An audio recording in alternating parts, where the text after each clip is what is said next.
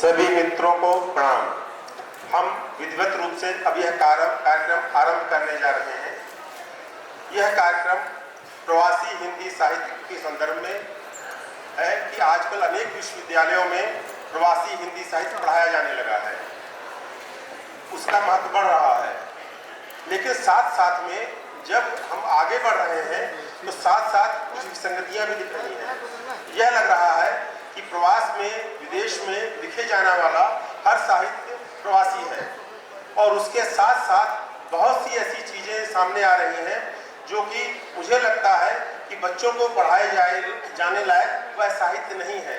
वह भी कमोवेश उस पाठ्यक्रम में मुझे सम्मिलित दिखता है। हमारे सामने मेरे मित्र बैठे हैं कलकत्ता के, मैंने इनके कार्यक्रम में भी देखा जो पुस्तक इन्होंने तैयार की कि वहाँ पर यह विसंगति मुझे दिखी।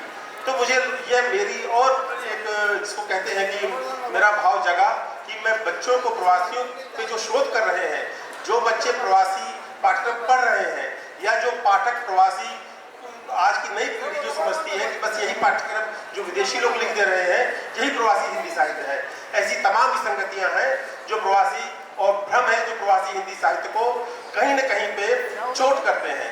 उनकी जो गुणवत्ता है प्रवासी हिंदी साहित्य की, जो कि एक बहुत संघर्ष का साहित्य है, जो पीड़ा का साहित्य है, जो हमारे पूर्वजों का साहित्य है, उनके संघर्षों का साहित्य है, जो कहीं जाकर मॉरिशस में लाल पसीना बन जाता है जब पसीना और लहू मिलता है। लेकिन जब हम यहाँ भारत में देखते हैं तो वह एक कहीं न कहीं उसमें वह चीजें हमें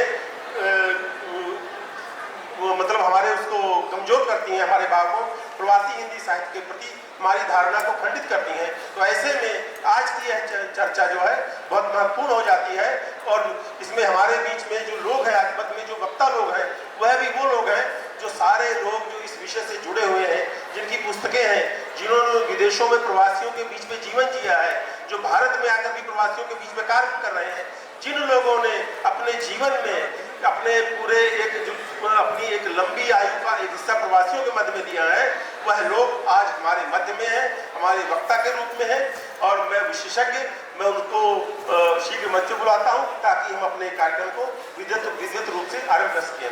तो मैं सबसे पहले अपने अध्यक्ष महोदय रुद्रेश कांति वर्मा जी से आग्रह करता हुए मैं अपने मुख्य अतिथि आदरणीय गुप्ता जी से आग्रह करता हूं कि वह भी कृपया मंच पर आए।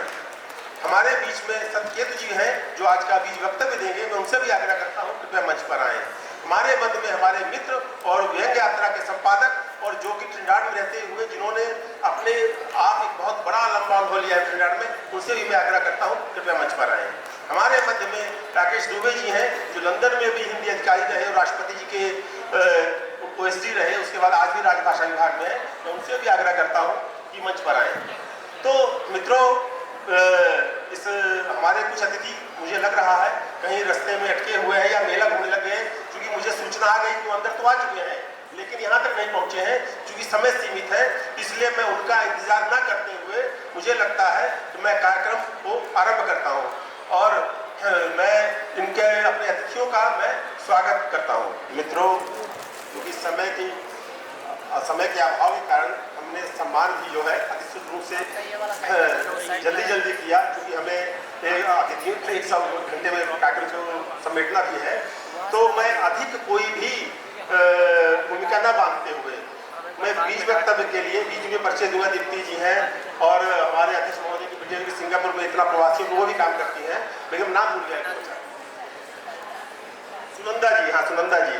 तो मैं सबका स्वागत करता हूँ, और मैं अब सीधे जो है अधिक बात न कहते हुए बीच वक्तव्य के लिए मैं आगे सत्यकेतु जी को बुला रहा हूँ। सत्यकेतु जी का मैं संक्षेप में बता दूं कि जो विषय है आज का, उस पर इनका बड़ा महत्वपूर्ण कार्य जारी है, कार्य कर चुके हैं कथा साहित्य पर, लेकिन ये अम्बेडकर विश्वविद्यालय में और जो एक शोध कार्य करवा रहे हैं, कर रहे हैं कि परियोजना है, उसमें इस विषय का बड़ा महत्व यह है कि यह पूरे प्रवासी का जो कथा साहित्य है उसमें से एक छननी का काम कर रहे हैं। मेरी जब भी इनसे बात होती है तो अब हम लोगों ने प्रवासी हिंदी साहित्य को छननी से छानना शुरू कर दिया है कि जो बचेगा उस पर बात करेंगे और जो गिर जाएगा वो गिर जाएगा।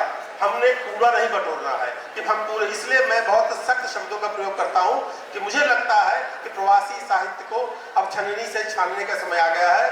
अब आदरणीय सत्यकेतु जी आप आइए, कृपया अपनी बात करें।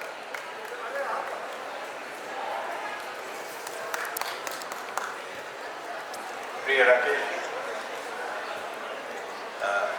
व्यक्तिगत संसाधनों के आधार पर साहित्य के प्रति कोई व्यक्ति अगर समर्पित होता है तो मैं उसके प्रति नमन करता हूँ, उसको प्रणाम करता हूँ। प्रवासी साहित्य को लेकर जिस तरह की एक जिद इनके अंदर बैठी हुई है, निश्चित रूप से वही जिद साहित्य के चरम पर किसी व्यक्ति को पहुंचाती है। मित्रों, प्रवासी साहित्य पर बहुत सारी चर्चाएं, बहुत कुछ लेखन, बहुत कुछ परिचर्चाएं होती रही हैं, लेकिन प्रवासी साहित्य को लेकर उसकी तरफ बहुत गंभीरता से ध्यान नहीं दिया गया है। कहा जाए तो एक षड्यंत्र भी उसके खिलाफ बहुत तेजी से चल रहा है। इसके आरंभिक दौर से ही इस पर बार बार अगंभीरता का आरोप लगाया जाता रहा है। लेकिन जब हम प्रवासी साहित्य को विशेषकर विश्वविद्यालयों में, अकादमिक जगत में पूरी गंभीरता के साथ पढ़ाने की बात करते हैं, तो उसके लिए प्रवासी साहित्य को, उसके विधान को काफी लंबा करना पड़ेगा। प्रवासी साहित्य के साथ सबसे दुखद बात यह है कि वह कुछ लोगों ने उसको अपनी जकड़बंद में बांध रखा है और कोशिश यह करते हैं कि उसी प्रवासी साहित्य के तहत वो चीजें आए, वही पढ़े जाएं, वही पढ़ाए जाएं। मित्रों, यह एक ऐसी खतरनाक चीज है जिससे कि अकादमिक जगत को हमेशा सावधान रहना पड़ेगा। विशेष करके जब हम हिंदी की बात करते हैं तो हिंदी के साथ अकादमिक जगत में सबसे बड़ा षड्यंत्र यह किया गया है, हम लोग उसे जूझ रहे हैं, उसे परेशान हो रहे हैं कि यह लगभग स्थापित करने की कोशिश की गई है कि हिंदी में ज्ञान साहित्य नहीं है, हिंदी ज्ञान साहित्य की भाषा ही नहीं है। हिंदी को कविता कहानी की भाषा बना दिया जाए और यह कहा जाए कि हिंदी में कोई ज्ञान साहित्य नहीं है, इसलिए कोई बहुत गंभीरता से उस पर बातचीत करने की जरूरत नहीं है। हिंदी के जब सिलेबस बनाए जाते हैं तो उस सिलेबस में यह बात कही जाती है कि इसमें कविता और कहानियां तो हैं, पर इसे समाज का क्या भला होने वाला है, या उनको समझाना पड़ता है, समझाने की कोशिश की जाती है, जो दूसरों को कोशिश नहीं करनी पड़ती है कि ये जो हमारी कविता, हमारी कहानी, हमारा उपन्यास है, यह भी ज्ञान साहित्य का एक विपुल भंडार है। कोई लेखक बहुत शोध करता है, रिसर्च करता है, तब वह कविता लिख पाता है, कहानी लिख पाता है। लेकिन उसी के बीच में बहुत सारी चीजें ऐसी होती हैं, घाल मेल से आजकल जो प्रवृत्ति चली हुई है, लोग बैठे बैठे फेसबुक पर कविताएं लिख डालते हैं। ये जो फेसबुकिया कल्चर शुरू हुआ है, इस फेसबुकिया कल्चर ने हमारे साहित्य को सबसे ज्यादा दुष्प्रभावित किया है। और सबसे बड़ी बात है, विशेष करके प्रवासी साहित्य को लेकर, कि जब प्रवासी साहित्य की हम बात करते हैं तो कुछ गिने चुने साहित्यकारों और गिने चुने साहित्य की बात कर उनको विश्वविद्यालयों में पढ़ाने की कोशिश करते हैं। मित्रों, इस प्रवासी साहित्य के विधान को हमें बड़ा करना पड़ेगा। प्रवासी साहित्य में बहुत कुछ ऐसा है जो हमें अपने विद्यार्थियों को बताना पड़ेगा। प्रवासी साहित्य एक ऐसा विपुल भंडार है जिसमें कि शोध की दिशा को तेज करना होगा, लेकिन उसके लिए हमें अपने दिमाग को, अपने सोच को खोल कर रखना पड़ेगा। जिस राकेश जी जिस शोध की बात कर रहे थे, प्रवासी कथा साहित्य पर जो मेरा प्रोजेक्ट चल रहा था, वो प्रोजेक्ट पूरा हो चुका है। उस प्रोजेक्ट को मैंने जमा कर दिया है। उस पर जो अब किताब आएगी वो आप सबों के सामने होगी। मैंने अपने विश्वविद्यालय में प्रवासी साहित्य का जो सिलेबस तैयार किया है, उसमें उस जो संकुचित विचार थे, उस संकुचित विचार को खोल दिया है। मैं मानता हूं कि यह कोई जरूरी नहीं है कि प्रवासी साहित्य प्रवासी साहित्यकार के द्वारा ही लिखा जाए। जो प्रवासी साहित्यकार नहीं है उसके साहित्य में भी अगर प्रवासी संवेदना है तो उसके साहित्य को प्रवासी साहित्य मानना चाहिए। हम एकेडमिक्स में साहित्य की चर्चा ज्यादा करते हैं, साहित्यकार की चर्चा नहीं करते। जब भी ये बात आती है कि प्रवासी साहित्य वही लिख सकता है जो प्रवासी साहित्यकार हो, और इसके लिए तर्क दिए जाते हैं, उसके पीछे स्त्री साहित्य की बात की जाती है, दलित साहित्य की बात की जाती है। यही मैं कहा, बिना सोचे समझे तर्क कैसे कुतर्क में बदल जाता है।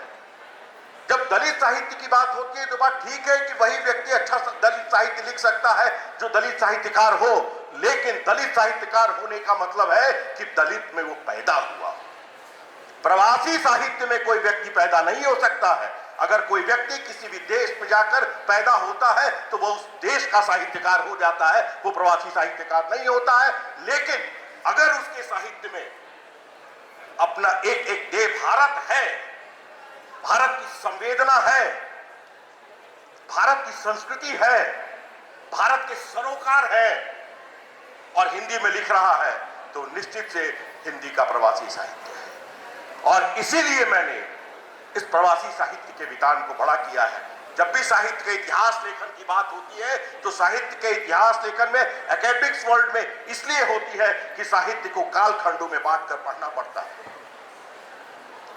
साहित्य को प्रवृत्तियों के आधार पर बांटकर पढ़ना पड़ता है। बिना प्रवृत्तियों के आधार पर बांटकर पढ़े हुए फिर यही होगा कि कोई आज यहां साहित्य लिख रहा है वो प्रवासी साहित्यकार है कि नहीं, कोई 10 दिन के लिए चला गया वो प्रवासी साहित्यकार है कि नहीं। इस सब झंझट में एकेडमिक जगत को अगर पढ़ेगा तो अच्छा शोध कार्य नहीं हो पाएगा। और हिंदी को लेकर जो स्थिति बनी हुई है, एक बार फिर से हम मजाक के पात्र बन जाएंगे। इसलिए मेरी मान्यता है, जो मैंने अपने यहां सिलेबस तैयार कराया है खास करके प्रवासी साहित्य को लेकर, उसको 4 उपवर्गों में मैंने बांटा है। और पहला है जो वर्ग मैंने बनाया है प्रवासी साहित्य को लेकर, जो तरह तरह के उसके पर्याय के रूप में शब्दों का प्रयोग किया जाता है, अप्रवासी, अप्रवासी और घालमेल करने की कोशिश की जाती है, उसको भी बहुत कुछ खत्म करने की कोशिश की गई है। मैंने तो अपना काम कर दिया है, देखना है साहित्यिक जगत और समाज इसे किस रूप में स्वीकार करता है। जिन 4 भागों में बांटकर उसको अध्ययन करने की कोशिश की गई है, उसमें पहला अध्याय है अप्रवासी। अप्रवासी ऐसे साहित्यकार हैं जिनका जन्म इस देश में नहीं हुआ है, जिनके पूर्वज इस देश से विदेशों में गए, उनके वंशजों ने अपने पूर्वजों की कथा, अपने पूर्वजों के जीवन संघर्ष को अपने उपन्यास में दिखाया, जो लाल पसीने की बात आदरणीय राकेश जी कर रहे थे। एक बड़ा समृद्ध इतिहास, बड़ा समृद्ध साहित्य है हमारे पास। हम उस समृद्ध साहित्य को कुछ लोगों की बेवकूफियों के कारण अपने साहित्य से अलग नहीं कर सकते। एकेडमिक जगत में बहुत गंभीरता से बात करनी होती है। एकेडमिक जगत में आपके ऊपर एक बहुत बड़ा बोझ होता है।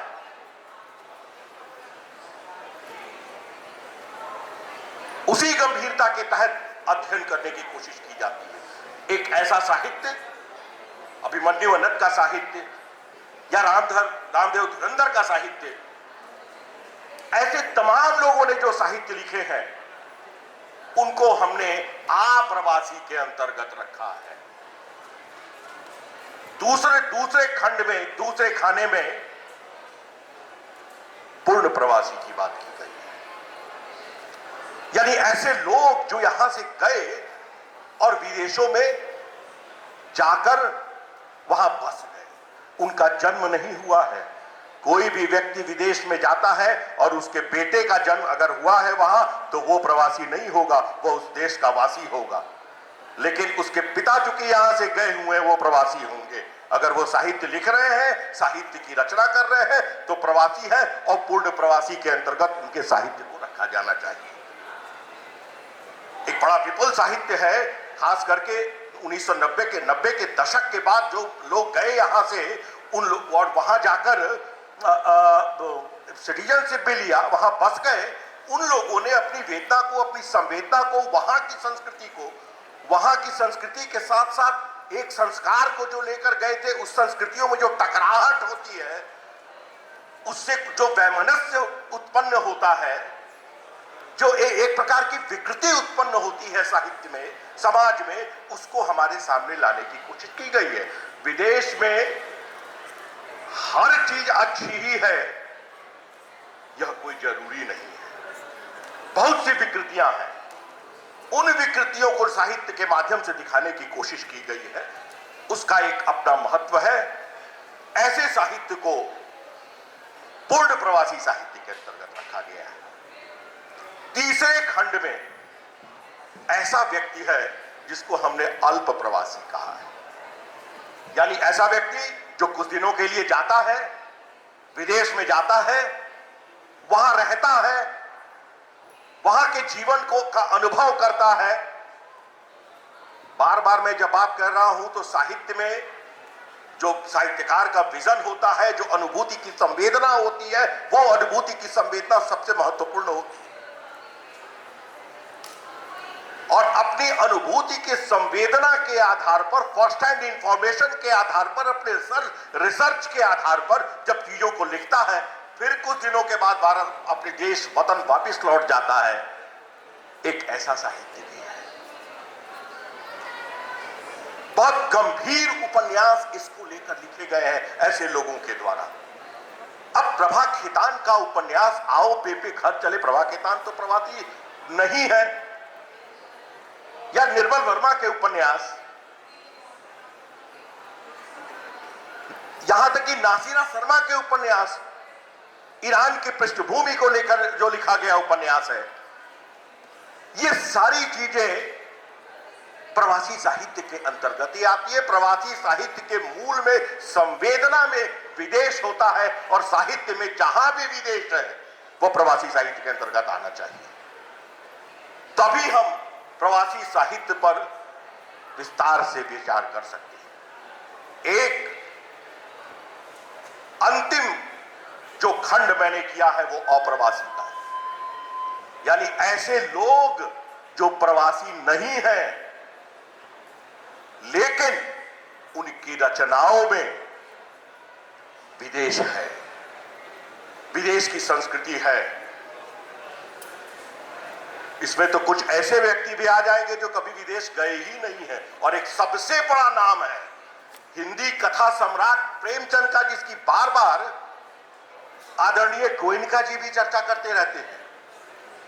यही मेरा वतन है, जो सोजे वतन कहानी संग्रह था, उसकी कहानी है यही मेरा वतन है, जो 1915 में यही मेरी मातृभूमि है के नाम से हिंदी में अनुवादित हुई थी। उन्होंने खुद किया था उसमें। यह शूद्रा कहानी है। यह ठीक है कि विदेश की संस्कृति को दिखाना उस कहानी का ध्येय नहीं था। प्रेमचंद की हर कहानी में प्रकारांतर से देश होता है, स्वदेश के माध्यम से भी। तो कुल मिलाकर एक बड़े बड़े रूप में इसको देखने की कोशिश की गई है, और बड़ी सहजता के साथ इसको स्वीकार करना चाहिए। मैं जो लोग हैं उनसे एक ही बात कह सकता हूं कि तुम्हें गैरों से कहा फुर्सत, हमें अपने गमों से कहा खाली, अब चलो हो चला मिलना, न तुम खाली न हम खाली। बहुत बहुत धन्यवाद आदरणीय सतकेत जी।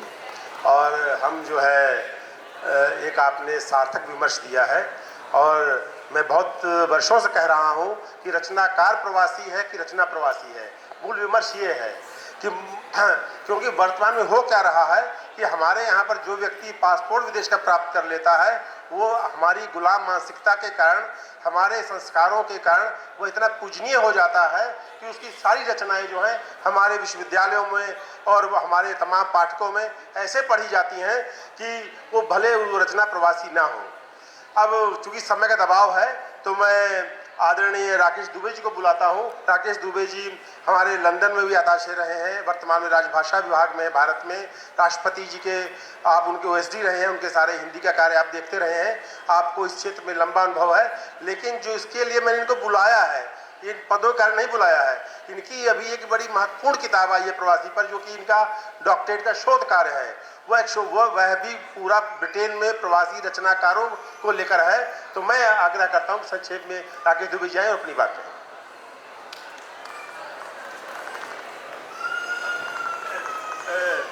मित्रों, हमारे बीच मध्य में आदरणीय, चूंकि जो दिल में रहता हूँ बाहर दिखते नहीं है, आदरणीय नारायण कुमार जी आ गए हैं, तो मैं उनका स्वागत करना चाहता हूँ। कृपया राकेश दुबे जी आएं और अपनी बात करें।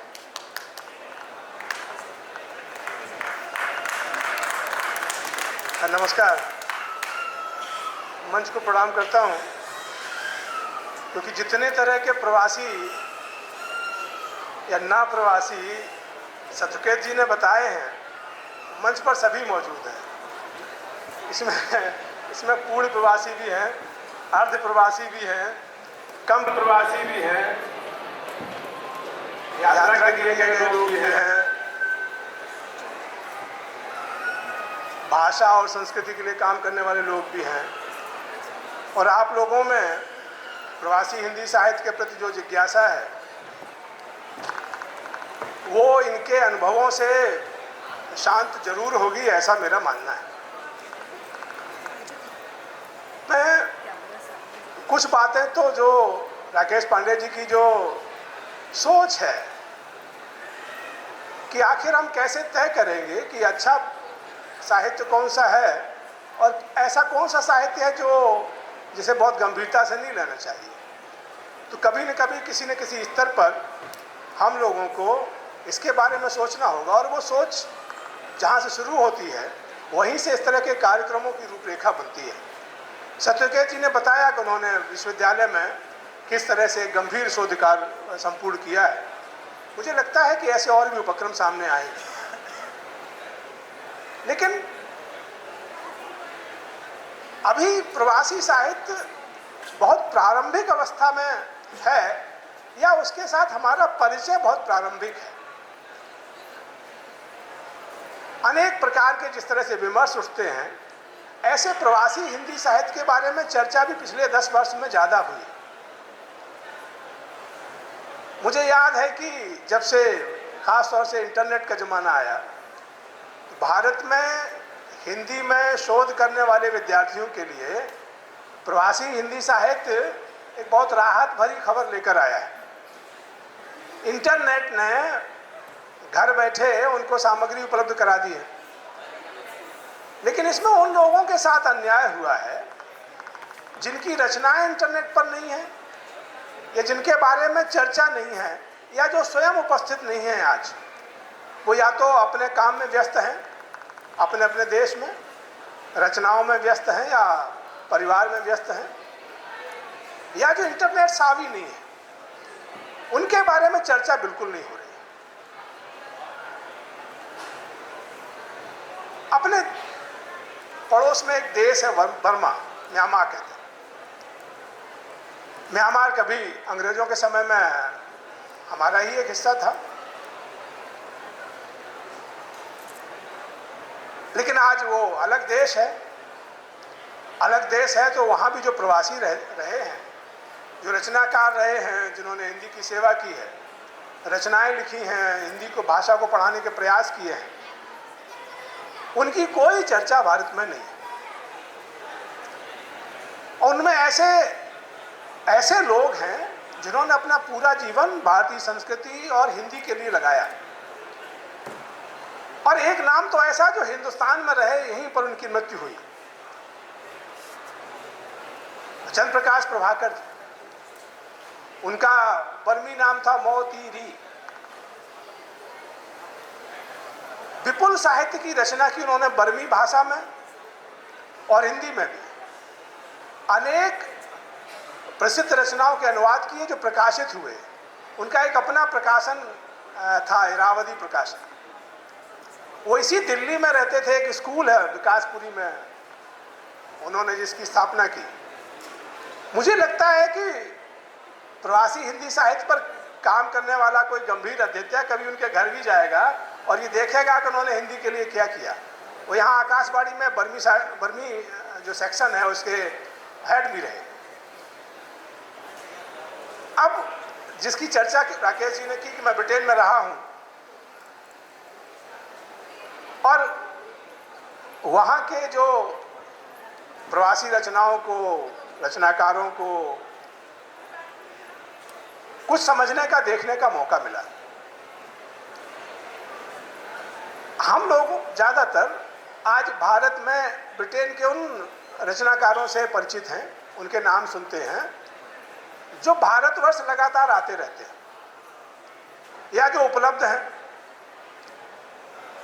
चाहे आजकल जो ऑनलाइन संगोष्ठियां हो रही हैं उनमें या अन्यथा दूसरे माध्यमों से।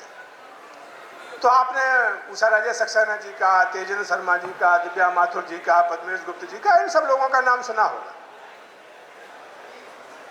लेकिन भारत में अभी भी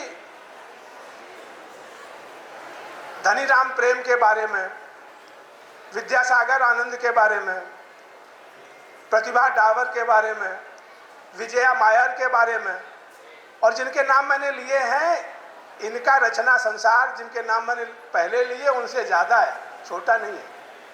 कोई चर्चा नहीं। चर्चा होती है, जो लोग आते रहते हैं अपने काम को आगे बढ़ाते रहते हैं या उनके काम के बारे में नेट पर सामग्री है, आराम से आप डाउनलोड करिए, लिखिए और फिर वही एक जगह से दूसरी जगह, दूसरी जगह से तीसरी जगह और आगे बढ़ते हुए बड़े बड़े साहित्यकार हो गए।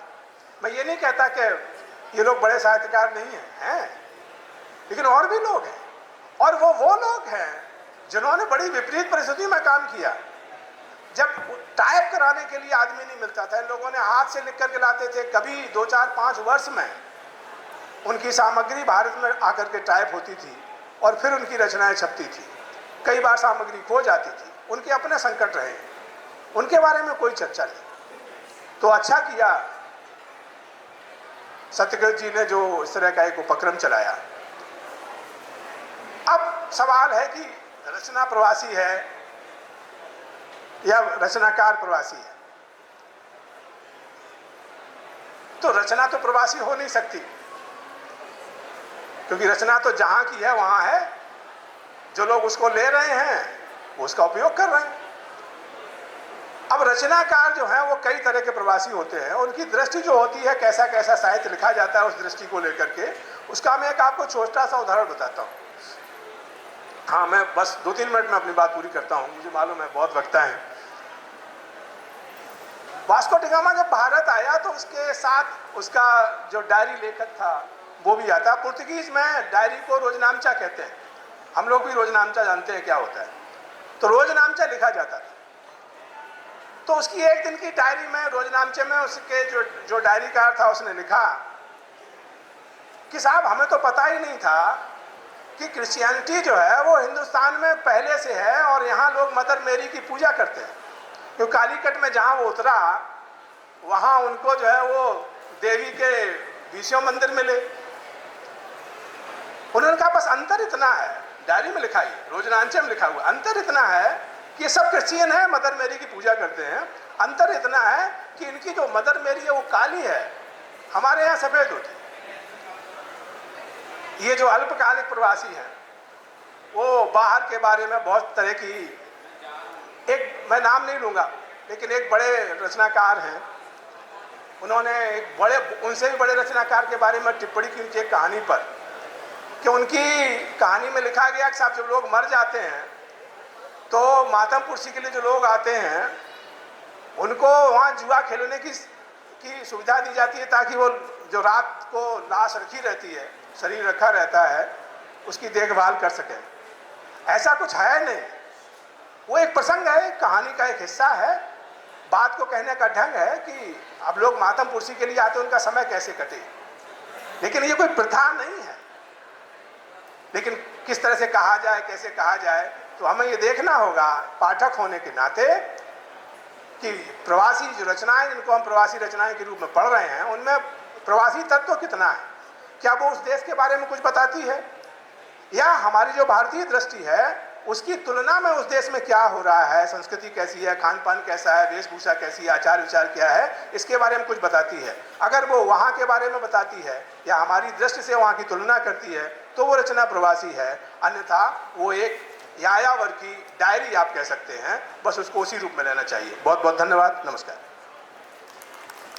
राकेश दुबे जी, बहुत बहुत धन्यवाद। आपने विषय को बहुत अच्छे तरह से समझा और वह बात कही जो इसके लिए आवश्यक थी। क्योंकि समय का दबाव बहुत अधिक है और मैं चाहता हूं कि हमारे पास अब परिचय देने का समय नहीं। मैं चाहूँगा कि 5 मिनट में अपनी बात नूतन जी हमसे जो है अपनी, दीपक जी भाई आप लोग दोनों समझ लीजिए, हमको तो घर का मामला है। तो अपनी बात कृपया कहें। बहुत बहुत धन्यवाद राकेश भाई। आप सभी को मेरा नमस्कार, मंच को मेरा नमस्कार। 5 मिनट में बात करने को कहा गया है। जो प्रवासी साहित्य आजकल जिस मुद्दे की बात हम लोग कर रहे हैं, तो मुझे लगता है कि इस पर बहुत सारे काम किए जा रहे हैं। अभी सत्यकेतु जी से भी मिलना हुआ था हम लोगों का पिछले दिनों, तो वो अपने विश्वविद्यालय के अंतर्गत प्रवासी पाठ्यक्रम पे बहुत काम कर रहे हैं। अब समस्या ये है कि प्रवास में कौन कौन रहते हैं और किस श्रेणी में उनको बांटा जाए। एक तो प्रवासी लोगों को बांटने की स्थिति है कि कौन से लोग वस्तुतः प्रवासी में आते हैं, कौन से लोग यायावर जो क्षणिक काल के लिए प्रवास के लिए गए हैं। दूसरा मुद्दा ये आता है कि किस तरह का साहित्य लिखा जा रहा है और उसको हम जो मुख्य धारा है उसमें शामिल किया जाए या ना किया जाए। क्योंकि प्रवासी साहित्य का सीधा तात्पर्य जो हमें लगता है वो ये है कि प्रवास में लिखा गया और उस प्रवास के बारे में जो लिखा गया। लेकिन बहुत सारा ऐसा साहित्य भी है जो प्रवास के क्षणों के बाद वापस आकर लिखा गया है, तो क्या उसको प्रवासी साहित्य माना जाएगा? दूसरी ये है कि प्रवास में प्रवासी साहित्य को बाहर आने में क्या क्या समस्याएं आ रही हैं। मुझे 4-5 साल मॉरिशस में रहने का अनुभव हुआ, तो वहाँ पर मैंने साहित्यकारों से बहुत सारी बातें की, बहुत सारे साहित्यकारों के अंतर्मन में जो चल रहा था साहित्य के बारे में और भारत के बारे में। तो उससे मुझे ये जानकारी मिली कि एक तो वो ये लोग चाहते हैं कि हम किसी ना किसी तरह प्रवास के जो भारतीय साहित्य है उसकी मुख्य धारा में हमें शामिल किया जाए, अलग से ना रखा जाए। दूसरा उनका मुद्दा ये था कि प्रवासी हमें ना कहा जाए, क्योंकि हम लोग भारत के ज़रूर हैं लेकिन हम 4-5 पीढ़ी पहले के हैं, तो इसलिए हम प्रवास में नहीं हैं। हमारे मॉरिशस विशेषकर इस संदर्भ में उल्लेखनीय है कि मॉरिशस के साहित्यकार क्या प्रवासी साहित्यकारों की श्रेणी में आते हैं, क्योंकि उनका जन्म वहीं पर हुआ है। तो इस संबंध में भी हमें वर्गीकरण को ध्यान रखना होगा। और तीसरा मुद्दा ये जो मुझे लगा सबसे ज़्यादा, वो प्रकाशन का है। मॉरिशस के लोग हैं, उनको प्रकाशन की बहुत बड़ी समस्या आती है, क्योंकि वहाँ पर प्रकाशन सामग्री, प्रकाशन सुविधाएं उपलब्ध नहीं है और वो सभी लोग भारत में आके अपना प्रकाशन, अपने साहित्य को प्रकाशित करवाते हैं।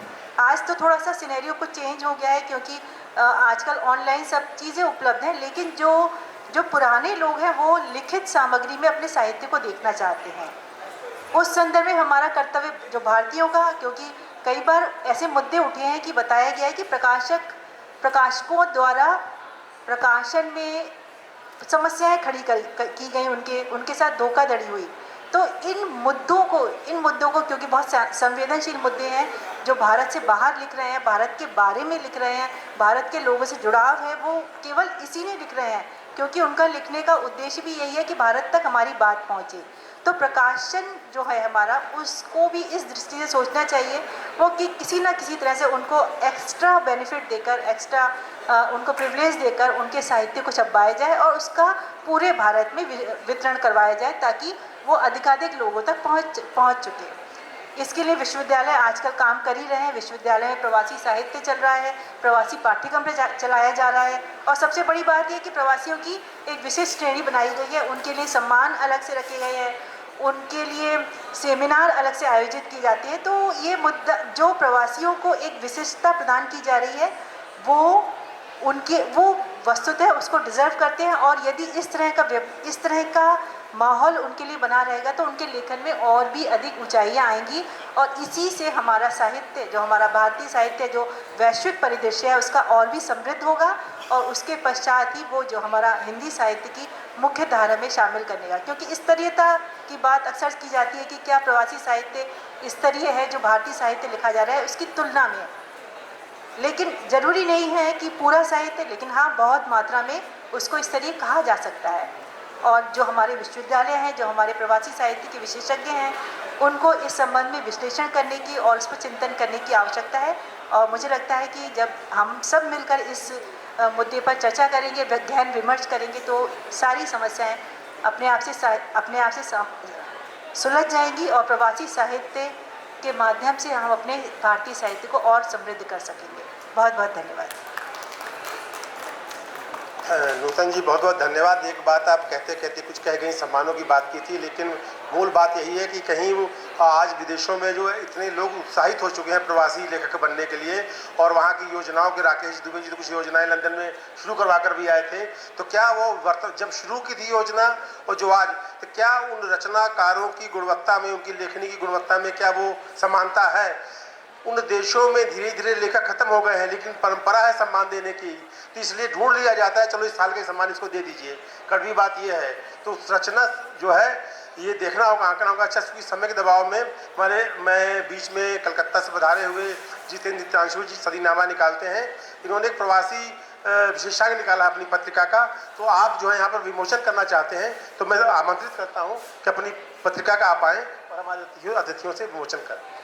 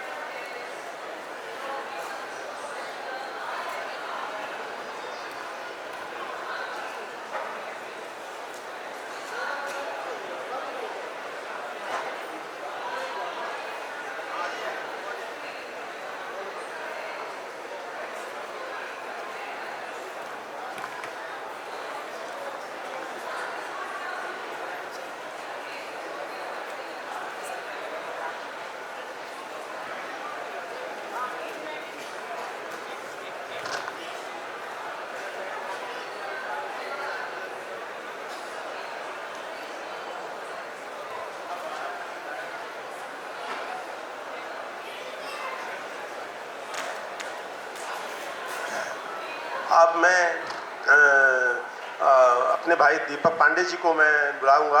आप भी ट्रिनिडाद में रहे हैं और आपका भी इस पर लंबा अनुभव है, कई पुस्तकें आपने अनेक देशों पर तैयार की प्रवासी से हिंदी साहित्य की, तो मेरा आग्रह है कृपया 5 मिनट में अपनी बात कहने की कृपा करें।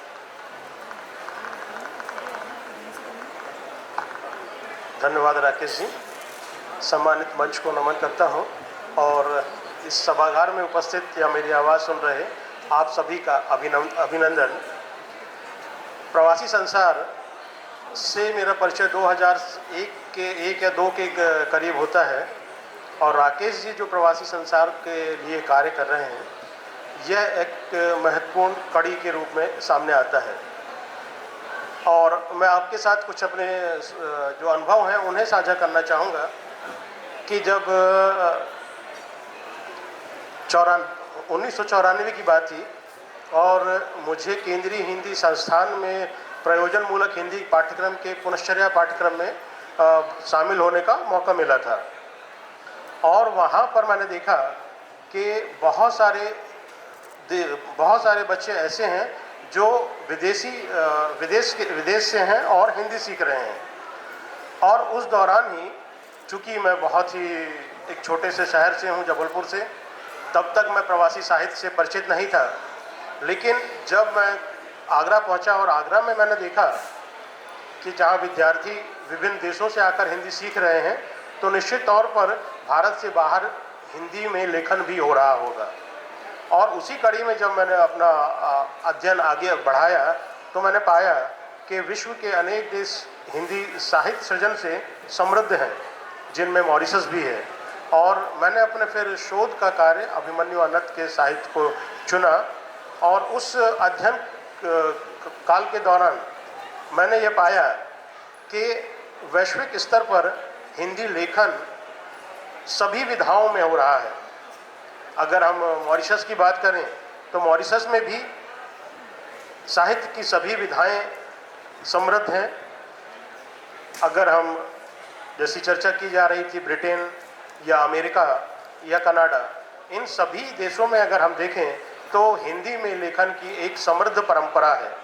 और मुझे इस मंच से ये कहते हुए खुशी भी होती है कि बहुत सारी पत्र पत्रिकाएं ऐसी हैं जो भारत से बाहर जैसे न्यूजीलैंड या कनाडा से प्रकाशित हो रही हैं, जिनमें कि अगर हम देखें रोहित हैप्पी की भारत दर्शन, और वह पहली वेब पत्रिका थी।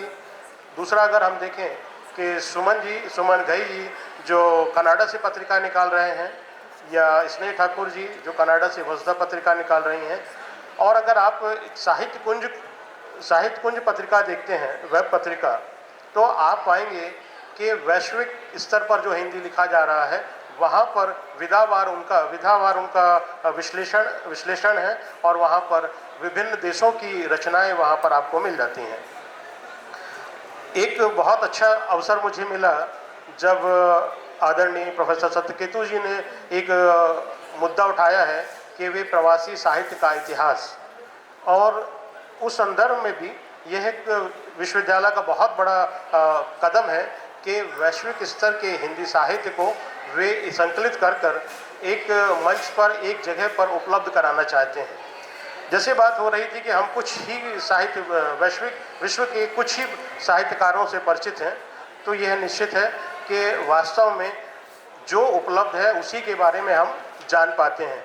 जिनकी बात आप कर रहे थे दुबे जी, आदरणीय दुबे जी, कि विजया नायर जी या मिसेस डावर जी, इनका साहित्य चूँकि आज युवा पीढ़ी को प्राप्त नहीं हो पा रहा है, तो हमें यह कोशिश करनी होगी कि हम जो भी साहित्य प्रवास में लिखा गया है या प्रवासी साहित्य के अंतर्गत रखा जा रहा है उसे उपलब्ध कराने का हम प्रयास करें। इसी प्रयास में भोपाल में भी कुछ काम हो रहा है कि भोपाल की संस्था वह जो भी प्रवासी साहित्य उपलब्ध है वह उसे संकलित करके एक लाइब्रेरी में संकलित करना चाहते हैं। तो यह भी एक स्वागत योग्य कदम है। और आज इस कार्यक्रम के माध्यम से मैं आपसे यही निवेदन करूंगा कि अगर आपके पास में ऐसा साहित्य है जिसकी एक कॉपी या दो कॉपी आपके पास है, तो उनके पुनर्मुद्रण का जिम्मा आप उठाएं और वह समाज को दें। क्योंकि जब मैंने एक उपक्रम उठाया कि भारत से बाहर लिखे गए हिंदी उपन्यास कितने हैं, उन पर मैंने जब काम शुरू किया तो मैंने पाया कि भारत से बाहर लिखे गए 200 उपन्यास लगभग हैं। लेकिन जब मैंने खोजा उन्हें विभिन्न विश्वविद्यालयों की लाइब्रेरी से या व्यक्तिगत संपर्कों से, तो मैं पा रहा हूँ कि मैं बहुत उन पुस्तकों के नज़दीक नहीं पहुँच पा रहा हूँ। तो मेरा आग्रह सभी विद्वज्जनों से है कि अगर आप प्रवासी साहित्य या प्रवासी उपन्यास जो पुराना है, जिसे अभी बाजार में उपलब्ध नहीं है, उनके पुनर्मुद्रण का और पाठकों तक पहुंचाने का ये उपक्रम करें। और इस मंच से मुझे बोलने का अवसर दिया, बहुत बहुत धन्यवाद। धन्यवाद दीपक पांडे जी। आपके में दो बातें बहुत महत्वपूर्ण आई हैं। मैं जब प्रतिबंधित साहित्य में गांधी पे जब मैं खोज कर रहा था नेशनल आर्काइव में, तो मुझे एक प्रतिबंधित साहित्य में मुझे एक पुस्तक जो है उसके अनुक्रम में पीछे मिली, हम प्रवासी, जिसके लेखक थे एक भारतवासी, लेकिन उस किताब कहीं प्रति नहीं मिली। वो केवल प्रतिबंधित साहित्य की सूची में वो पीछे छपा हुआ था। इस प्रकार का बहुत सारा साहित्य है जो कि अभी खोजा जाना है। दूसरी बात, आपने तमाम पत्रिकाओं का नाम लिया। मैं मानता हूँ कि ये पत्रिकाएं अपने क्षेत्र में बहुत महत्वपूर्ण कार्य कर रही हैं, लेकिन उनमें छपने वाला, जैसे मैं भी कहूँ कि मेरी पत्रिका में भी यदि छपने वाला सारा साहित्य प्रवासी है तो वह नहीं है। उसी प्रकार से वह विदेश में रचा गया, हिंदी में रचा गया एक साहित्य है, हिंदी भाषा में विदेश की भूमि पर, लेकिन वहाँ पर रचा गया सारा साहित्य प्रवासी है, ऐसा नहीं है। बात आगे बढ़ते हैं, समय कम है, तो मैं आदरणीय अपने बड़े भाई प्रेम जन्मे जी से आग्रह करता हूँ, समय का दबाव है, कृपया उसका ध्यान रखें, आए अपनी बात करें।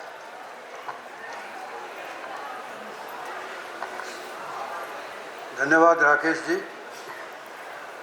समय का दबाव है तो मैं भी उस दबाव में आकर मैं अपनी बात संक्षेप में ही कहूँगा।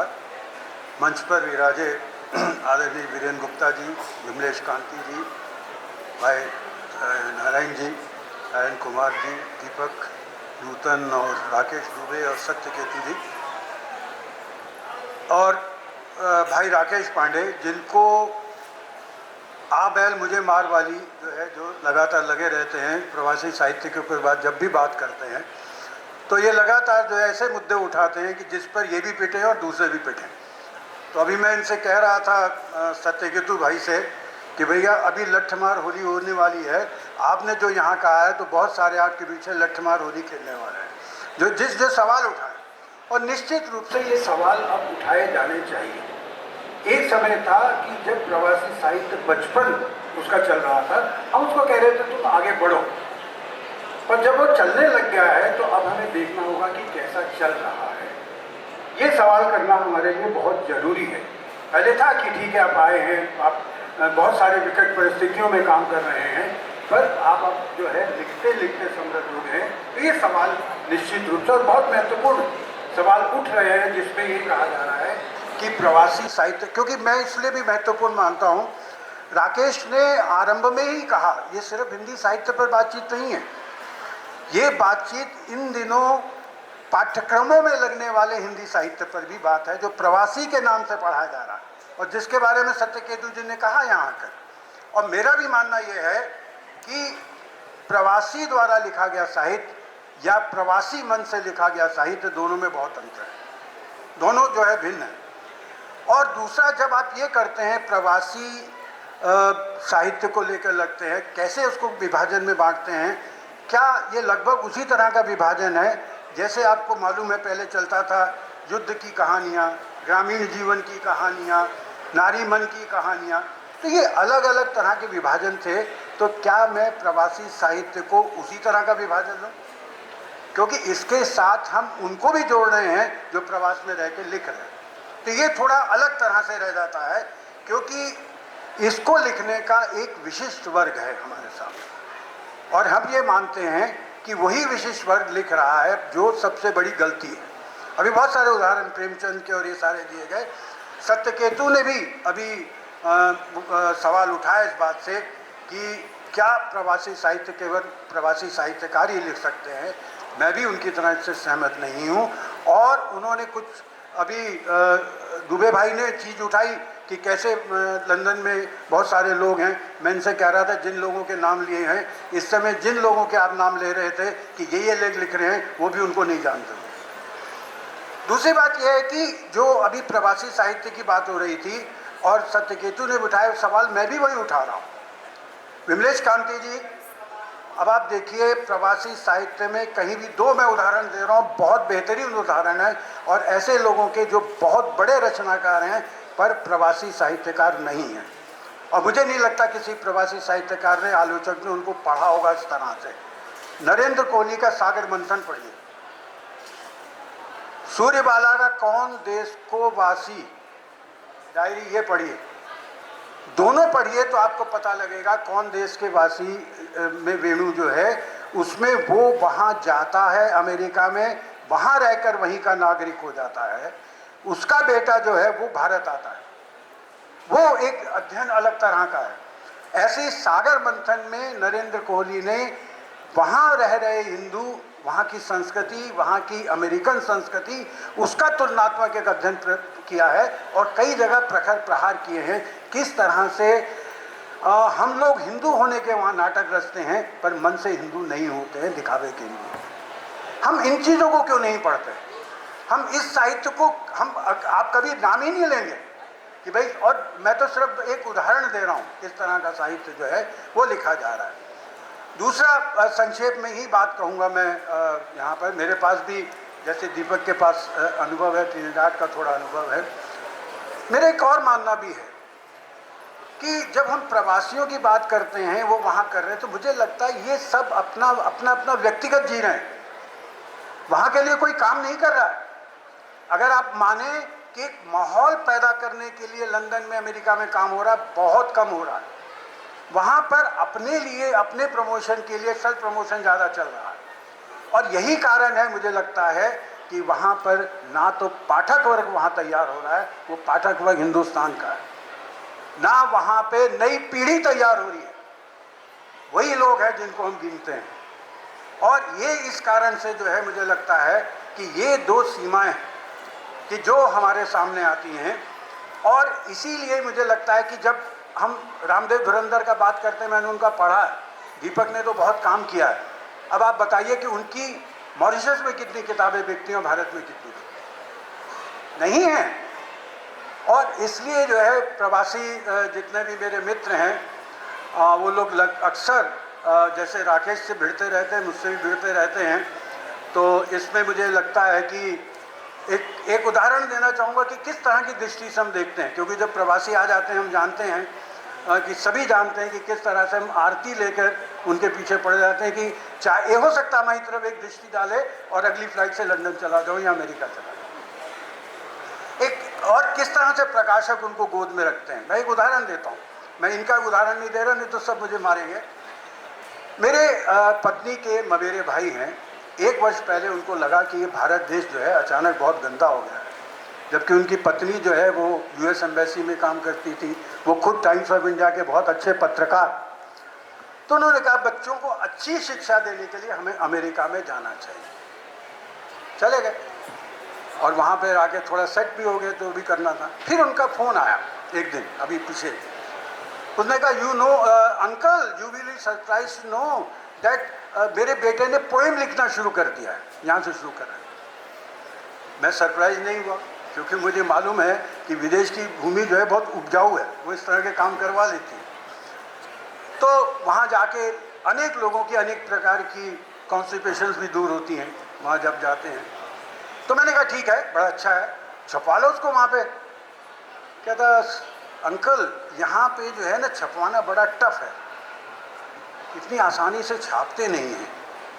और उसने जैसे आपने ना वो बैठे हुए हमारे मित्र यहाँ पे संजीव कुमार, इन्होंने मेरी पोती 11 वर्ष की थी जिसने अंग्रेजी में कविताएं लिखी, उसको इन्होंने प्रकाशित किया, वो उसके पास थी। जैसे आपने तन्वी की, मेरी पोती का नाम है, उसकी पोएम जैसे छपवाई है ना, इसको भी छपवा दो एंड हम डॉलर में पे कर देंगे। मैं ये कह रहा हूँ कि ये मानसिकता वो नहीं है, ये मानसिकता पूरे उस तरह के लेखकों की है। इसीलिए यहाँ के प्रकाशक, क्योंकि डॉलर में पे होता है, वहाँ पे छपवाना बड़ा कठिन है। वहाँ पे क्वालिटी वो देखी जाती है, वहाँ पे पैसा नहीं देखा जाता है, क्वालिटी देखी जाती है। सिर्फ ये उदाहरण दे रहा था। और इसी तरह से मैं प्रवासियों पे कई व्यंग भी लिखे हैं, वो यहाँ नहीं कहूँगा। राकेश जी आप खड़े मत हो, अभी जनगण मन शुरू नहीं, बैठिए, मैं आ रहा हूँ। तो मैं जो है राकेश भाई का धन्यवाद कि उन्होंने ऐसी बहस आयोजित की, नहीं तो अन्यथा ज़्यादातर प्रवासियों पर जो कार्यक्रम होते हैं वो आरती वाले कार्यक्रम होते हैं। आप बैठिए, मैं आपकी आरती उतारता हूँ, आप कितने अच्छे हैं, कितना अच्छा लिखते हैं, आदि आदि। धन्यवाद। धन्यवाद प्रेम जी। लेकिन मैं एक बात आपको बताऊं, आज मुझे बड़ी खुशी है, आपको भी पता है कि हम लोग लगभग पिछले 2.5 दशक से इस मुद्दे पे कार्य कर रहे हैं। लेकिन आज मुझे एक बहुत मतलब मैं आपको अपने व्हाट्सएप दिखा सकता हूं, मैं आपको, मुझे नहीं पता कि लोगों ने मेरा नंबर कहाँ से खोजा, मैं तो वो जानता ही नहीं हूँ ना, वो मेरे फेसबुक है। मेरे पास ये मैसेज आया अभी दक्षिण भारत से एक छात्र का कि सर मुझे इसका यदि कोई लिंक हो या कोई रिकॉर्डिंग हो, मैं प्रवासी शोध कर रहा हूँ, मुझे कृपया उपलब्ध करा दीजिए। मैं ये बताना चाहता हूँ, मेरे पास कल ग्रुप पे वैश्विक पे कम से कम 10 लोगों ने ये कहा है कि सर इसका जो है हमें लिंक उपलब्ध करा दीजिए। तो मुझे लगता है कि ये बहुत महत्वपूर्ण बात है जो आपने कही कि लोग अब इस चर्चा की मांग कर रहे हैं। मैं बात, समय का दबाव है, मैं अधिक बात न करते हुए मैं आदरणीय नारायण कुमार जी से मैं आग्रह करता हूँ कि वह आएँ और सब लोग पहले बधाई दीजिए कि उनको इस बार विश्व हिंदी सम्मान मिला। ताली बजाइए जरा। चाचा जो सम्मानित जो है इस बार हुए फिजी में, तो आइए अपनी बात करें।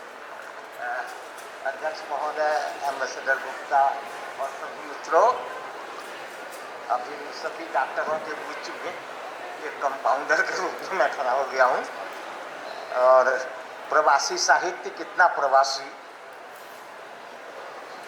जब विषय यहाँ रखा गया तो राकेश पांडे जी यह तो मानकर चलते हैं कि प्रवासी साहित्य है, उसका अस्तित्व है। अब वो कितना वासी है और कितना ताज़ा है, उस पर विचार करना होगा कि प्रवासी साहित्य में ताजगी कितनी है और क्या अधिकतर प्रवासी साहित्य बासी साहित्य है, तो वो बासी साहित्य नहीं होगा। क्योंकि रामचंद्र शुक्ल जब इतिहास लिख रहे थे तो उन्होंने इतिहास लिखने के समय एक राजस्थानी और मैथिली सबको लेकर के एक हिंदी साहित्य के इतिहास के कालक्रम को बहुत ही पुराने समय तक ले जाने की कोशिश की। अब जो इतिहासकार हैं अभी उनको इसके भौगोलिक विस्तार के साथ इतिहास लिखना चाहिए और वह प्रवासी साहित्य सत्यकाम जी कर रहे हैं वो हिंदी साहित्य का के इतिहास का अंश होना चाहिए। जो मुख्य धारा की बात लोग करते हैं तो उसमें आप अगर अलग थलग कर देते हैं कि ये दलित विमर्श है, ये नारी विमर्श है, निश्चय ही वो सोचते हैं कि प्रवासी साहित्य हिंदी साहित्य हिंदी की मुख्य धारा से अलग है। इसलिए इतिहास और इतिहास दर्शन अलग अलग होता है। तो इतिहास दर्शन हिस्टोग्राफी जब होगा तो प्रवासी साहित्य जो सचमुच का प्रवासी साहित्य है उसकी पहचान वहाँ हो जाएगी, जैसे रामचंद्र शुक्ल ने अपने इतिहास में किया है। तो यह एक बहुत ही कठिन काम है, लेकिन यह होना चाहिए और उसको अध्यापकीय आलोचना से अलग रखकर करना चाहिए। अध्यापकीय आलोचना जो है वो कुछ अलग ढंग का होता है, जो समझते हैं कि हम छात्रों के सामने बोल रहे हैं। इतिहास दर्शन जब होता है तो वो होता है कि हम विचारकों के सामने कर रहे हैं, हम पाठकों के सामने कर रहे हैं। तो मैं कुछ जो मूल बातें ये कहना चाहता हूँ, कई राकेश दुबे जी ने कहा कि वो धुनीराम प्रेमी का तो आप न जानते हो, लेकिन भारत सरकार ने उन्हें पद्म अवार्ड दिया। तो आप देखिए कि सरकार के पास भी कुछ अच्छी जानकारी रहती है। भवानी दयाल सन्यासी जब दक्षिण अफ्रीका में प्रवासी की डायरी लिख रहे थे तो वो भी प्रवासी साहित्य था, और हरिवंश राय बच्चन जब अपनी आत्मकथा में प्रवासी का खंड लिखते हैं तो वो भी प्रवासी है। तो इसलिए ये है कि हम जब लेखन प्रक्रिया पर आलोचनात्मक विवेचन करते हैं तो प्रकृति, प्रवृत्ति और व्यक्ति तीनों को ध्यान में रखते हैं। तो मेरा विचार है कि इस पर गंभीरता से विचार करना चाहिए। मित्रों, प्रवासी साहित्य आधुनिक हिंदी लेखन के लिए एक चुनौती भी है कि अगर कोई 8 खंडों में पथरीला सोना लिख सकता है तो भारत में क्या 100 पेज का भी कुछ ऐसा लिखा गया है।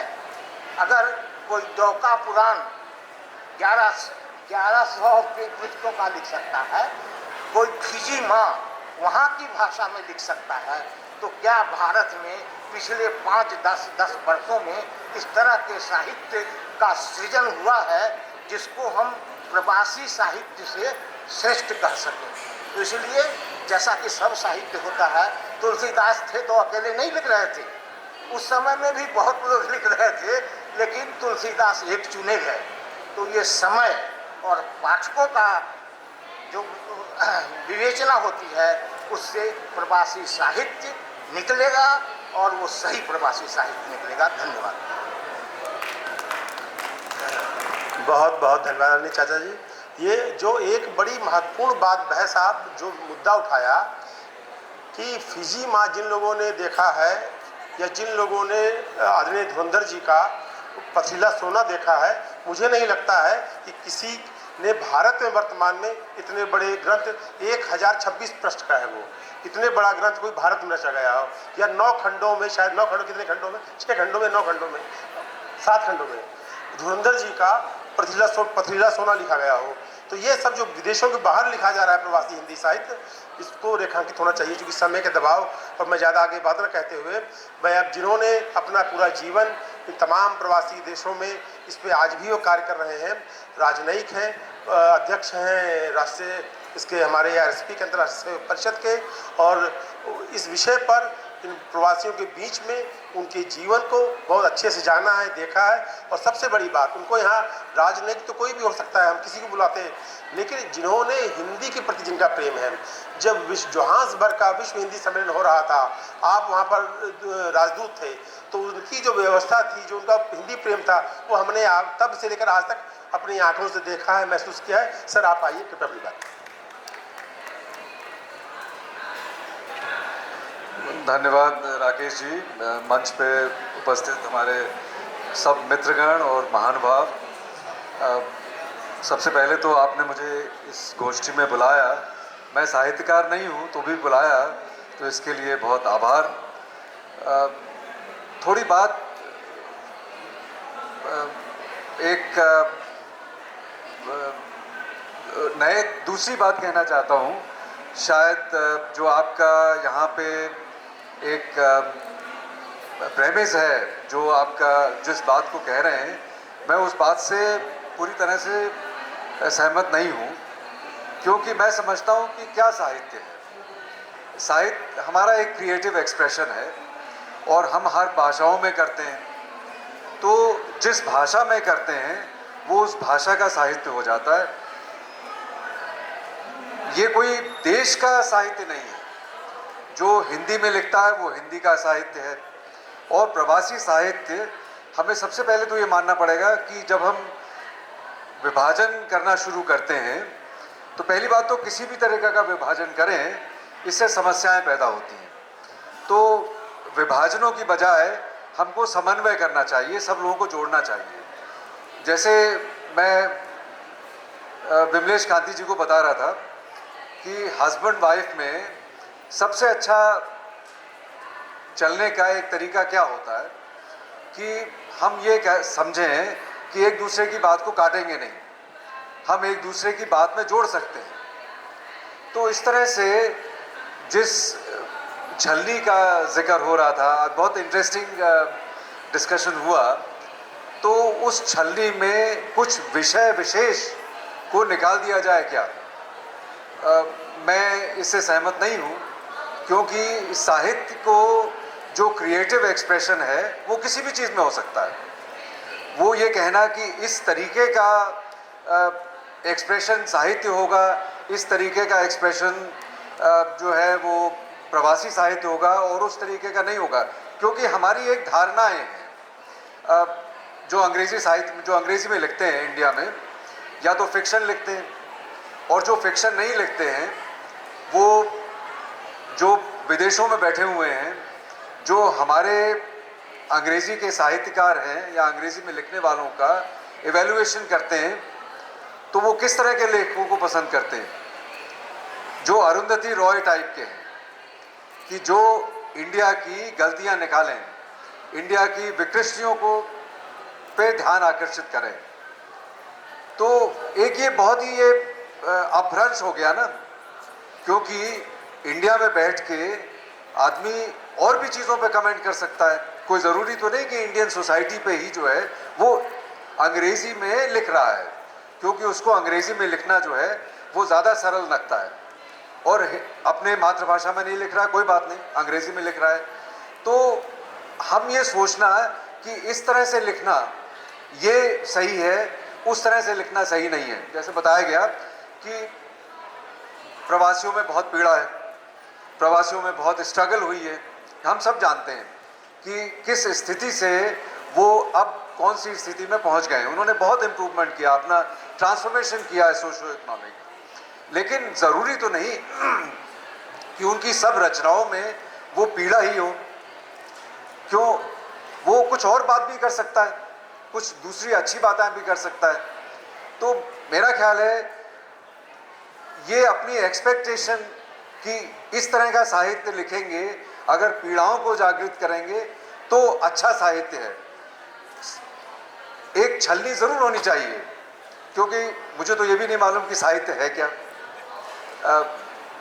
किस तरह का लेखन साहित्य है। सिर्फ हर तरीके का क्रिएटिव एक्सप्रेशन। जब when I was a young boy तो वो हैरल्ड रॉबिन्स और इस तरह की किताबें पढ़ते थे। किसी ने बताया कि आपने पढ़ तो लिया, लेकिन ये तो अंग्रेज़ी साहित्य नहीं है। मुझे वो बात कभी समझ में नहीं आई। तो साहित्य के लिए छलनी इस्तेमाल करना है, और छलनी क्या छलनी हो सकती है, विषय विशेष में नहीं जा सकते हैं, क्योंकि प्रवासी का जो सब्जेक्ट है वो बाहर बैठा हुआ आदमी कर सकता है, लंदन में बैठा हुआ कर सकता है, ट्रिनिडाड में बैठा हुआ कर सकता है, गल्फ में बैठा हुआ कर सकता है, लेकिन वो इंडिया में भी बैठा हुआ कर सकता है। और ऐसा भी आदमी कर सकता है जो कि कभी विदेश नहीं गया हो, क्योंकि ये तो हमारी इमेजिनेशन है ना। क्या ऐसा है कि चंद्रमा के बारे में वही लिख सकता है कि जो चंद्रमा गया हो? चंद्रमा के बारे में सभी लिख सकते हैं, अपनी सोच है और इमेजिनेशन है, थोड़ा ज़रूरी नहीं कि फैक्ट है, थोड़ा उसमें हम क्या वो फिक्शन भी डाल के थोड़ा लिख सकते हैं। तो ऐसा जो मैं कह रहा था कि छलनी लगाना है, लेकिन छलनी एक ही हो सकती है, वो है क्वालिटी। तो हम एक मापदंड जो रखे हैं साहित्य के लिए, वो मापदंड क्वालिटी का होना चाहिए। एक अच्छी क्वालिटी है उसको साहित्य में रखें या अच्छे साहित्य में रखें, और कुछ लोगों ने ट्रैश लिखा हुआ है, वो है, वो भी रचना है। एक और बात कहना चाहता हूँ राकेश जी कि जो प्रवासी होता है वो बहुत आसान है कि अमेरिका गया और अमेरिका में जाके अंग्रेजी में बोलना शुरू कर दे। बच्चे तो अंग्रेजी में बोलना शुरू कर देते हैं, तो बड़ी मुश्किल से वो हिंदी को संभाल के रखता है, हिंदी बोलचाल में। और उसके बाद अगर वो हिंदी में अपने को व्यक्ति भी कर रहा है और अभिव्यक्ति भी कर रहा है, जो एक्सप्रेशन भी कर रहा है, लिख भी रहा है, तो ये मेरे हिसाब से बहुत ही सराहनीय चीज़ है, और उसको हर तरीके से हमको इनकरेज करने की ज़रूरत है। और जैसा प्रेम ने बोला कि पहले शुरुआत थी और हम उनको इनकरेज कर रहे थे, तो भाव अभी नहीं बदला है। हमारी भाषा जो है वो बाहर रह के लुप्त होती जा रही है, और ये बहुत आसानी से, मैं खुद देख रहा हूँ, हमारे बच्चे, हमारे ग्रैंड चिल्ड्रन जो कि 10-15 साल से बाहर गए हैं, अब उनको बड़ा मुश्किल होता है कि हम हिंदी में उनको बोलें और हिंदी में उनको बोलने का इनकरेज करें। वो हिंदी में कहाँ लिखेंगे मुझे नहीं समझ में आता है। तो जो लोग बाग जो हैं बाहर रह के अपनी भाषा को पकड़े हुए हैं और अपनी भाषा को में एक्सप्रेस कर रहे हैं, उनको हर तरीके से सराहने के लिए, उनको हर तरीके से इनकरेज करना बहुत ज़रूरी है। धन्यवाद सर, बहुत बहुत धन्यवाद। आपके वक्तव्य से 2-3 बातें बहुत महत्वपूर्ण निकली हैं। हमने छननी की बात इसलिए सर की थी क्योंकि प्रवासी साहित्य में जैसे जैसे एक उसकी क्वांटिटी बढ़ रही है, लोग अधिक लिख रहे हैं, हिंदी के प्रति उत्साह है, उसकी सर हम लोग स्वागत करते हैं, लेकिन उसमें कुछ ऐसी ही कहानियाँ, ऐसी वो है कि जो शायद हमारे समाज से जिनका कोई संदर्भ नहीं है। यदि एक माँ विदेश में वेश्यावृत्ति करती है, उसका भारत की संस्कृति से कोई संदर्भ नहीं है। ऐसी तमाम बातें सर फिर इस पर दोबारा चर्चा रखेंगे, और चूंकि समय का मुझको इशारा आ गया है, इसको NBT की तरफ से सबके हमको जल्दी खत्म करना है, तो मैं आप अध्यक्ष के वक्तव्य के लिए आज मैं मुकेश कांत वर्मा जी से मैं आग्रह करता हूँ कि वे आएँ और अपना अध्यक्षीय भाषण दें।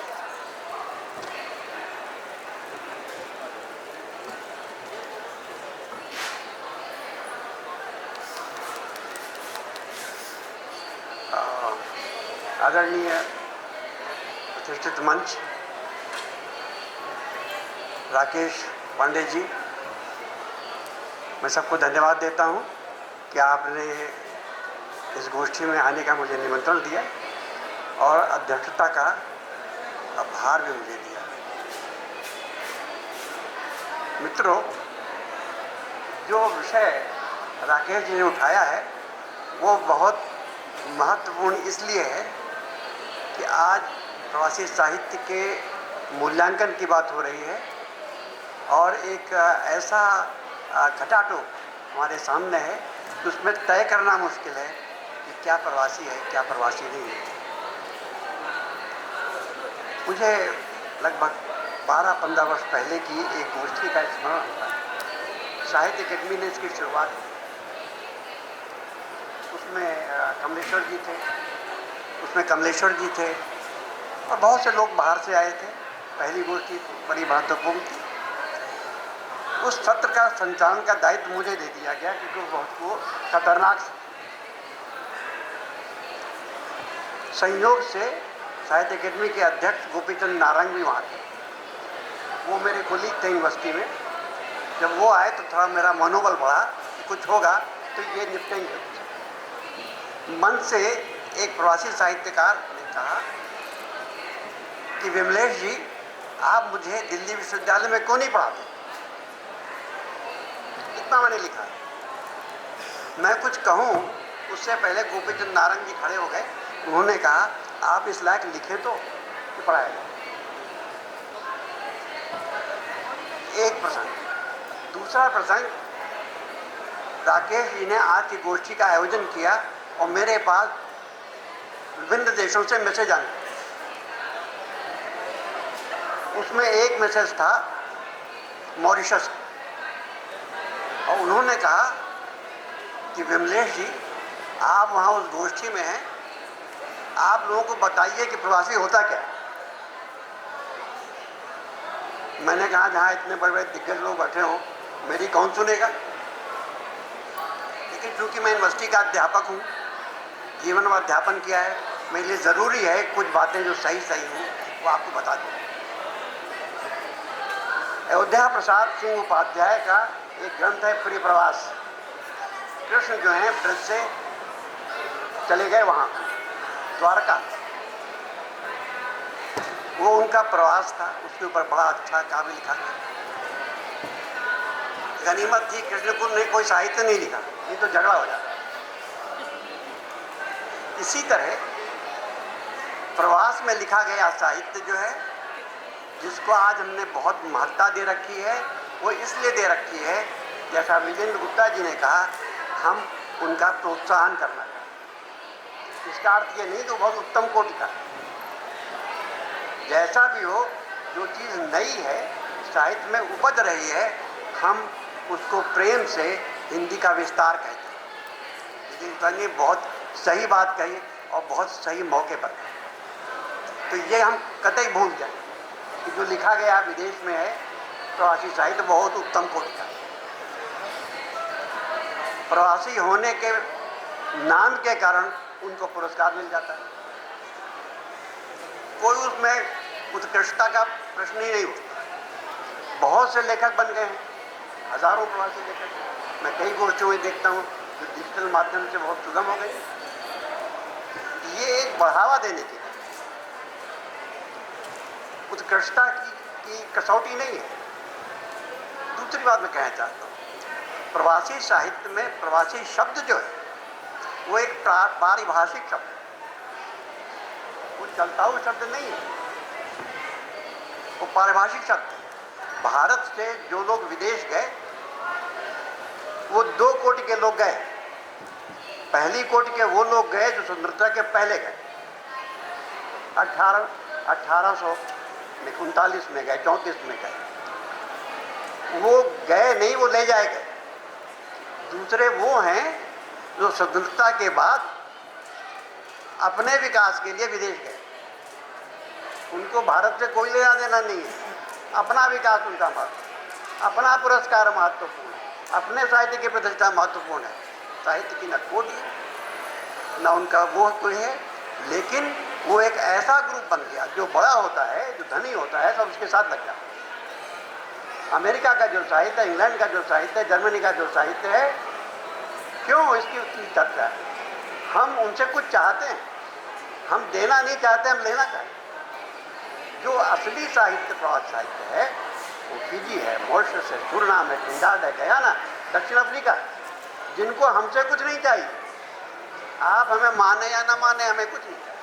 हम भारत जा सके ना जा सके, हमको सम्मान मिले ना मिले, मैं तो लिखता हूँ भारत के लिए लिखता हूँ। भारत मेरे लिए संजीवनी है।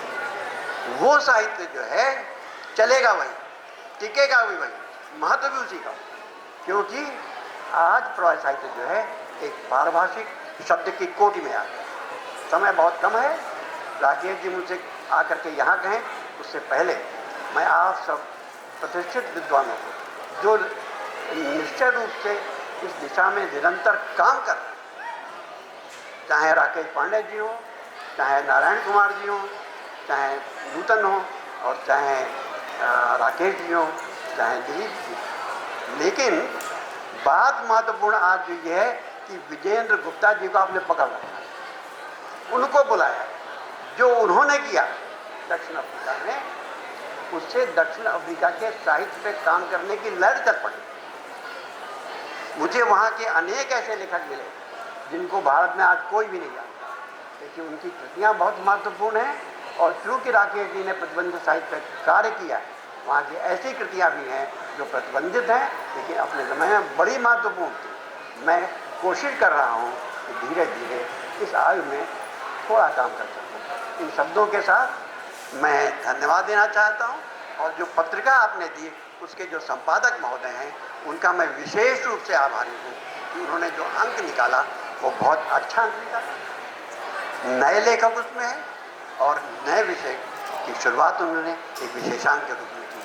राकेश पांडे जी, आपको बहुत बहुत धन्यवाद कि आपने मुझे ये अवसर दिया।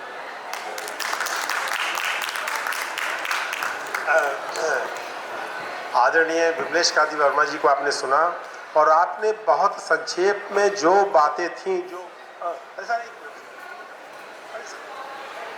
सर वीरेंद्र गुप्ता जी इसलिए कि इनको एक जगह जाना था, इनकी कृपा थी हम पर कि इनकी परिवार इंतजार कर रहा है। सर हम आपका धन्यवाद करते हैं जाते जाते लेकिन ये मैं समझ गया कि आप बाहर इंतजार कर रहे हो। गुप्ता जी चले गए, मैं एक बात इनके सामने कहना चाहता था कि आपकी अगली पीढ़ी भी हिंदी बोलने में समर्थ नहीं है और उनकी 5वीं पीढ़ी हिंदी में लिख रही है, तो वो महान है कि आप महान हैं, ये बताइए। मतलब आप बड़े शान से कहते हैं कि हमारा बच्चा नहीं अगली पीढ़ी बोल सकता और उनकी 5वीं पीढ़ी हिंदी में साहित्यकार है, तो ये बताइए ना कौन सा जज्बा था उनमें, कौन सा अंदर उसके वो था कि उन्होंने तो अपने बच्चों को संस्कार और भाषा आगे बढ़ाते गए। आज वो लेखक हैं, फिजीमा लिख रहे हैं। वो प्रोफेसर सुब्रमणी दक्षिण भारत के हैं कहीं के, उनके पूर्वज, और वो कहते हैं कि मैंने तुलसी से लिखना सीखा है। रामदेव धुरंधर का नाम आपने लिए, इतना बड़ा उपन्यास लिखा। आप अभिमन्यु अनंत पूरे विश्व विख्यात हैं, तो ये बताइए ना। तो मैं भी तो यही कह रहा हूँ कि जो वास्तविक लोग हैं, तो जागा सिंह का दर्द कहकर मैं अपनी बात समाप्त करूंगा। जागा सिंह जो है उन्होंने मुझे एक फेसबुक पे मैसेज भेजा, वो कहते हैं काश मैं भी भाग लेता इस कार्यक्रम में। मैं बोलता कि ठेठ भारतीय नागरिक जो किन्हीं कारणों से कुछ वर्षों से पश्चिमी देशों में जी रहे हैं और हिंदी में लिख रहे हैं, वे वास्तव में सच्चे अर्थों में नंबर 1 बिना भारतीय नागरिकता त्यागे ठेठ भारतीय नागरिक हैं। उनका लिखा हिंदी ठेठ साहित्य ठेठ भारत के हिंदी साहित्य का वास्तविक हिंदी साहित्य है, ना कि प्रवासी हिंदी साहित्य। असली प्रवासी हिंदी साहित्यकार और प्रवासी हिंदी साहित्य तो Mauritius, Trinidad, Suriname, Fiji, Guyana, दक्षिण अफ्रीका में जन्मे पले पढ़े वे हिंदी साहित्यकार हैं जिनका नाड़ा उन देशों में गड़ा है। विडंबना आज यह है कि कुछ कमजोरियों के कारण पश्चिमी देशों में जी रहे नकली प्रवासी साहित्यकार कुछ भारतीय प्रकाशकों विद्वानों के साथ मिलकर असली प्रवासी हिंदी साहित्यकारों और उनके द्वारा रचित ठेठ प्रवासी हिंदी साहित्य को नकार रहे हैं। है ना दिल दुखाने वाली बात, अपनों द्वारा दिया गया दर्द अवसर यदि मिला तो अधिक और पर्दा उठाया जा सकेगा। ये उन्होंने संदेश भेजा है मॉरिशस से मुझे। तो मैं ये बताना चाह रहा हूँ कि जो प्रवासियों की पीड़ा है, अब समय आ गया है कि प्रवासी साहित्य लिखा जा रहा है, बहुत लोग लिख रहे हैं। तो इस धीरे धीरे जो मैंने छन्नी की बात की थी, छन्नी कोई लोहे की नहीं, छन्नी हम उसको आंकेंगे, पड़ताल करेंगे। जैसे बच्चा परीक्षा देता है तो परीक्षा एक छन्नी ही होती है कि उसमें कौन गुणवत्ता है। तो मुझे लगता है कि हमारे मध्य में हमारे अनेक मित्र बैठे, सुनंदन जी को मैं सुनना चाहते थे, लेकिन कारण ये था कि समय का दबाव था और बार बार वो इशारा हो रहा था। तो सुनंदा जी को फिर कभी सुनेंगे। दीप्ति जी आई हैं, जितेंद्र जी जिनकी पत्रिका का यहाँ पर, और हमारे मित्र रणविजय राव जी बैठे हैं। मैं बहुत बहुत मतलब कल ही उन्होंने आश्वस्त कर दिया था कि मैं आऊँगा। जैन साहब रायपुर से बैठे हैं और संजीव जी को मैं देख रहा था आए थे, और विनोद जी हमारे मित्र हैं, सविता जी हैं, और तमाम यहाँ पर मित्र हैं जो कि जिनको मैं प्रणाम कर, जिनका नाम नहीं ले पाया मैं उनको मैं प्रणाम करता हूँ और क्षमा मांगता हूँ यदि किसी का नाम छूट गया हो।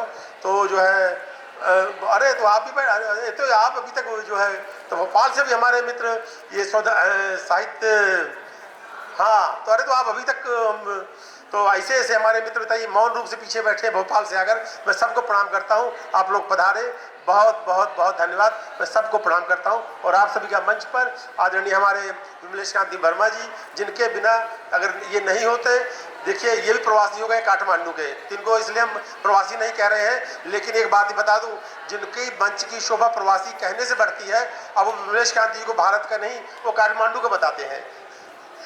कल एक पत्र देखा है मैंने लिखा हुआ विमलेश कांति वर्मा काठमांडू। तो हमारे नारायण कुमार जी हैं, जो सब जिन्होंने जीवन भर इसको कार्य किया है, और आपके सामने राकेश दुबे जी, नूतन जी, दीपक जी, ये वो अगली पीढ़ी है इन लोगों के बाद की जो इस पे कार्य कर रही है। मुझे लगता है कि सबके प्रयासों का जो है एक हमें स्वागत करना चाहिए, सम्मान करना चाहिए, और आगे प्रवासी साहित्य समृद्ध हो, गुणवत्ता पाए, ये हमारी कामना है। बहुत बहुत धन्यवाद।